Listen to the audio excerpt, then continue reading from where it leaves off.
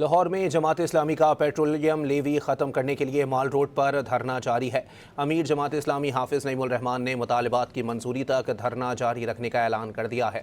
مزید جانتے ہیں چیرنگ کراس پر موجود ڈان نیوز کے نمائندے غلام مرتضیٰ سے۔ جی مرتضیٰ، بتائیے گا کتنی بڑی تعداد میں کارکنان موجود ہیں؟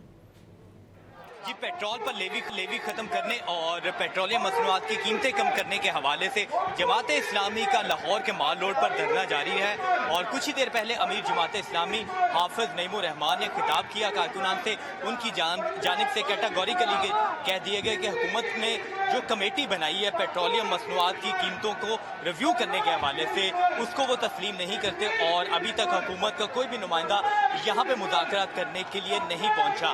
اور حافظ نعیم الرحمان کا یہ کہنا ہے کہ جب تک حکومت کے نمائندگان یہاں پہ نہیں آئیں گے اور ان کے مطالبات تسلیم نہیں کیے جائیں گے، وہ اپنا دھرنا اسی طرح جاری رکھیں گے۔ مال روڈ چیرنگ کراس کو چاروں اطراف سے بند کیا گیا ہے، اور تمام خاردار تاریں لگا کر ٹریفک کی روانی کو متاثر ہونے سے بچانے کے لیے ڈائیورشن لگائی گئی ہیں۔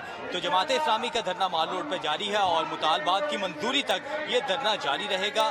حافظ نعیم الرحمان کی جانب سے باقاعدہ طور پہ کہا گیا ہے۔ دھرنے میں کارکنان کی بڑی تعداد موجود ہے، خواتین بھی موجود ہے، اور جیسے ہی کوئی ان کا لیڈر خطاب کرتا ہے دھرنے سے، تو اس کا باقاعدہ طور پہ نعروں کے مطابق اس کا جواب دیا جاتا ہے۔ تو دھرنا جاری ہے، یہ ہے جماعت اسلامی کے امیر کا۔ جی